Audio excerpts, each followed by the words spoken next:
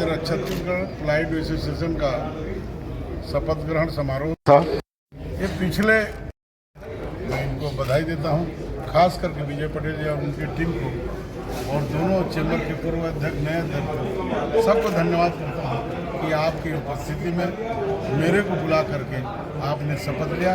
इसके लिए मैं आभार व्यक्त करके आशीर्वाद देता हूँ कि आपका व्यापार दुगुना चौगुना कई गुना बढ़े और फिर अगले साल मुझे बुलाएं। जय जगन्नाथ। जय जगन्नाथ। महामंत्री पद का शपथ लिए हैं आज आप रायपुर प्लाईवुड एसोसिएशन में, उसके लिए बताइए।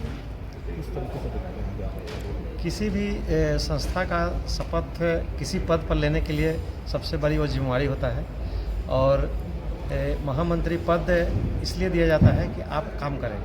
तो मैं आश्वासन दिलाता हूं कि अपने पूरे एसोसिएशन को नई ऊंचाइयों पर ले जाऊंगा और जो भी सरकार के अपने व्यापारियों को कष्ट होगा, चाहे जो भी दिक्कतें आएगी वो अपने सरकार के तक पहुंचाएंगे और उसे पूरा करवाएंगे, क्योंकि विश्वास दिलाकर किसी को अपना अगुआ मानती है या अपना इस पद देती है तो उस पर पूर्ण विश्वास करती है। उस पूर्ण विश्वास को पूरा करूंगा, यही मेरी आज की शपथ ग्रहण की कामना है। ठीक।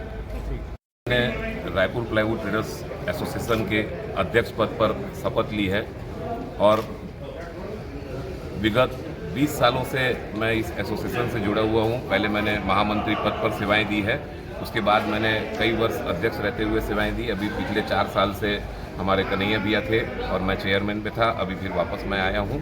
और ये एसोसिएशन हम लोग एक पारिवारिक मोड में चलाते हैं, है तो व्यापारिक, लेकिन यहाँ पे हम सब आपस में भाईचारे के साथ में रहते हैं और यही सबसे बड़ा हमारा संगठन का मंत्र है। और इस मंत्र के साथ में हम हमारे एसोसिएशन को और आगे ऊंचाइयों की ओर ले जाना चाहते हैं।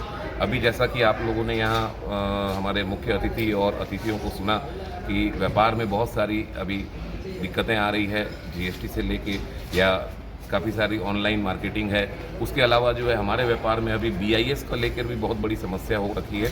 तो ये सारी समस्याओं को हम हमारे व्यापारियों और चेंबर के माध्यम से या हमारे विधायक महोदय के माध्यम से या किसी भी प्रकार से सरकार तक पहुंचाएंगे और इन सभी समस्याओं को सुलझाने का प्रयास करेंगे और हमारे व्यापारियों को और आगे ज्ञान के विषय पे जो है वो बातें करेंगे, जिससे कि उनका व्यापार सरल हो सके और सुचारू हो सके। होलसेल कॉरिडोर की बात कही अभी आपने, इसका कार्य कहाँ पर रुका हुआ है?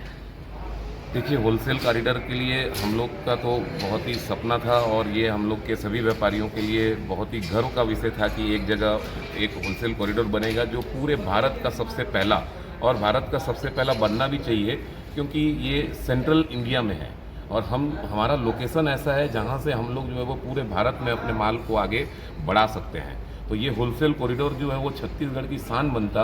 लेकिन जैसा कि आप लोग जानते हैं कि विगत पिछले साल में हमारे पास में जो है वो सरकार परिवर्तित हुई है, तो कुछ रहता होगा अगर सरकार ने पिछली सरकार का काम आगे नहीं बढ़ रहा है। लेकिन हम लोग चेंबर के माध्यम से और आज जैसे मैंने विधायक महोदय को रिक्वेस्ट किया है तो उसके माध्यम से जो है वो हम सरकार तक अपनी बात पहुंचाएंगे कि ये व्यापारियों के हित में है और प्रदेश के हित में भी है। इससे हमारे टैक्स कलेक्शन भी बढ़ेंगे और व्यापार की वृद्धि होगी।